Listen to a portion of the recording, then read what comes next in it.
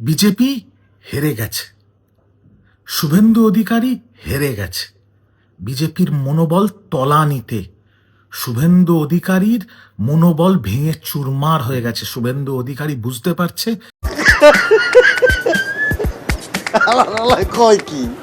বিশাল বড় জ্যোতিষী তুমি, এই কলা গাছের মতন তোমাকে মূর্খ পাত্রায় করে রেখেছে। বিজেপি হেরে গেছে। আজকে আসবো দুটো ব্যক্তিকে নিয়ে যে ভিডিও করতে, আপনারা দেখবেন এই দুটো ব্যক্তির মুখোশ খুলে দেব এই ভিডিওর মধ্যে। চলেন আগে দেখবো ভিডিও, তারপর আসবো আলোচনা।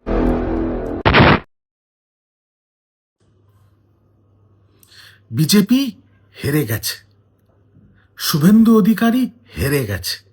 বিজেপির মনোবল তলানিতে, শুভেন্দু অধিকারীর মনোবল ভেঙে চুরমার হয়ে গেছে। শুভেন্দু অধিকারী বুঝতে পারছে যে শুভেন্দু অধিকারী ভবানীপুরে হারছে, শুভেন্দু অধিকারী নন্দীগ্রামে হারছে।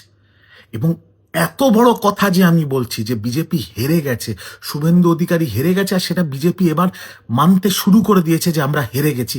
এত নির্বাচন কমিশনকে দিয়ে ভোট চুরি করিয়ে এত মানুষকে মানে ভোটার তালিকার থেকে বাদ দেওয়ার পরেও আমরা হেরে গেছি। মূর্খ পাত্র যে একটা নির্বোধ, একটা বোকা, এটা আমি প্রমাণ করে দেবো এই ভিডিওর মধ্যে। বলছে নন্দীগ্রামেও হারবে, ভবানীপুরে হারবে।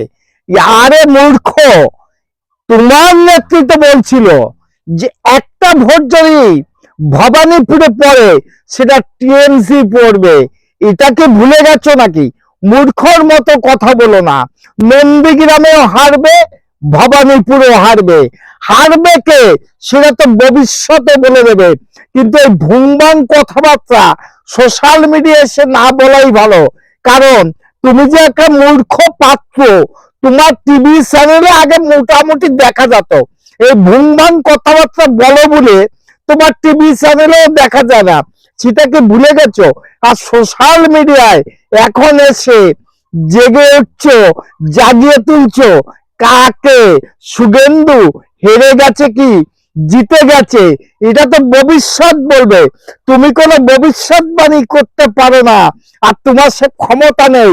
তাহলে টিভি চ্যানেলে তোমাকে দেখা যেত, মাঝে মধ্যে দেখা যায় না বিদায়, তোমাকে তলানিতে রেখেছে বিদায়। এই ভুংবাং কথা বলো বলে তোমার সোশ্যাল মিডিয়াকে এখন বেছে নিতে হয়েছে। চলেন, মাহাতি মুখের কথা যে বোঝে না সন্তানের ব্যথা। আসবো আর এক মাকে নিয়ে এই আলোচনার মধ্যে।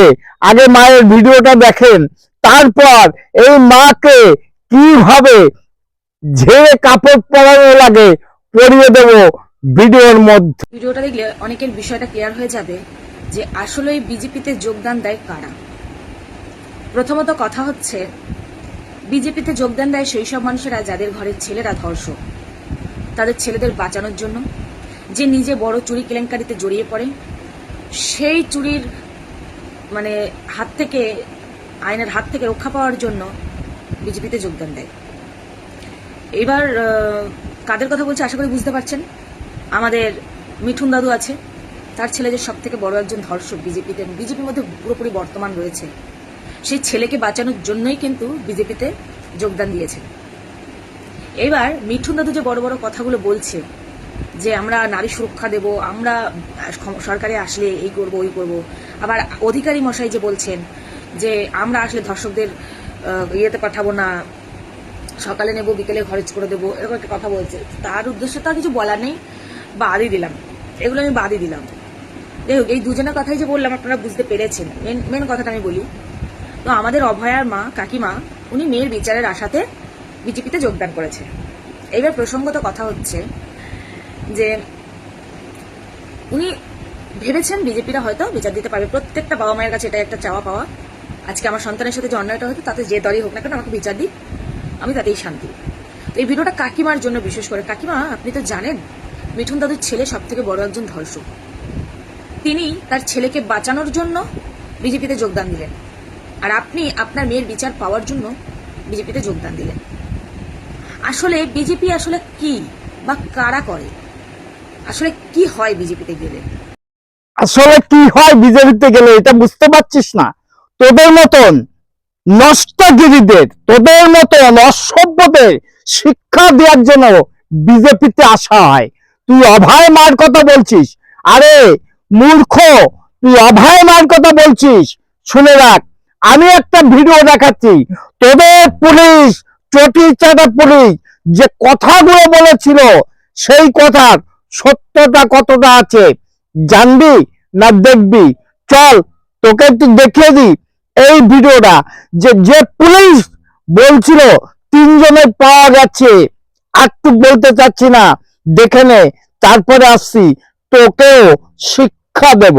এখন নানা রকম নানা ধরনের গুজো চারদিকে চলছে, মাল্টিপল লোক ইনভলভ আছে, কাউকে প্রোটেক্ট করার চেষ্টা করা হচ্ছে, 3 জনের সিমেন্ট পাওয়া গেছে, all kinds of stories are floating. These are rumours, we have told them. They also had this queries কি 2 জনের সিমেন্ট কি 3 জনের সিমেন্ট আছে, কাউকে প্রোটেক্ট করা হয়েছে या something. We are absolutely transparent as far as this is concern. যদি কারো কোনো কোয়েরি থাকে আমাদের কাছে যোগাযোগ করতে পারে, আর আমরা ওটাকে অ্যাড্রেস করব। স্টুডেন্টদের মধ্যে আমাদের এটাই আপিল, আপনাদের কিছু যদি কোনো খবর থাকে এই লোকটার ইনভলভমেন্ট থাকতে পারে, we will absolutely look at it from all perspectives. We have nothing. তাহলে শুনে নিয়েছিস তো, এই পীযূষ গোয়েল কে বলেছিল 3 জনের সিমেন্ট পাওয়া গেছে, তাহলে একজন অ্যারেস্ট হলো, আর 2 জনকে, সেই 2 জন কি তোর ঠাকুরদাদা আছে নাকি? সেই 2 জন কি তোর বাপ কাকার মধ্যে একজন আছে নাকি? তা না হলে এই অসভ্যতা কি করে করিস? বিজেপি যারা করে তারা দর্শক এবং ধর্ষণ করে। আরে শুনে রাখ মূর্খ, তুই তো মিঠুন চক্রবর্তীর কথা বললি, তার ছেলের কোনো প্রমাণ পাওয়া যায়নি, সেটাও তুই জানিস না। শোনা কথা নিয়ে সোশ্যাল মিডিয়ায় ভিডিও করতে আসবি না, জেনে শুনে ভিডিও করতে আসবি, তোকে সতর্ক করে দিলাম। যা বলেছিস তোরটা ফিরিয়ে নে। এই ভিডিওটা এতটাই শেয়ার করবেন যে এই সমস্ত ছোট লোকদের যেন শিক্ষা হয়ে যায় বাংলার জগতে। কারণ এই যে অসভ্যতা করেছে, যে অসভ্য কথা বলেছে, আমি প্রতিবাদী ভিডিও করি, তাই প্রতিবাদ না করে পারলাম না। বিজেপি যারা করে তারা নাকি সব নাকি কি জানিস না? শোন, তোরেও একটা বলছি, ফুল কিন্তু অনেক ফুল বাগানে ফোটে, দেবতার পায়ে যাওয়ার আগে যদি সে ফুলটা নিচে পড়ে যায়, সেটা কিন্তু দেবতার দোষ না, সেটা ফুলের দোষ। কারণ তুই যে কথাগুলো বলেছিস, তোকে আর একটা উদাহরণ দিই, যখন শান্তিপাড়ায় যারা আছে তাদের কপালে ওইটাই ছিল, তোর কপালে কি হবে আগামী দিনে দেখে নিস। আমি প্রতিবাদী ভিডিও করি, তাই আমি প্রতিবাদ করতে বাধ্য হলাম। এই অসভ্য শিক্ষা দিয়ে দিতে পারলাম কিনা কমেন্ট বক্সে জানিয়ে দেবেন। আমার চ্যানেল নাম don't care, Facebook page Krishnapada Adhikari.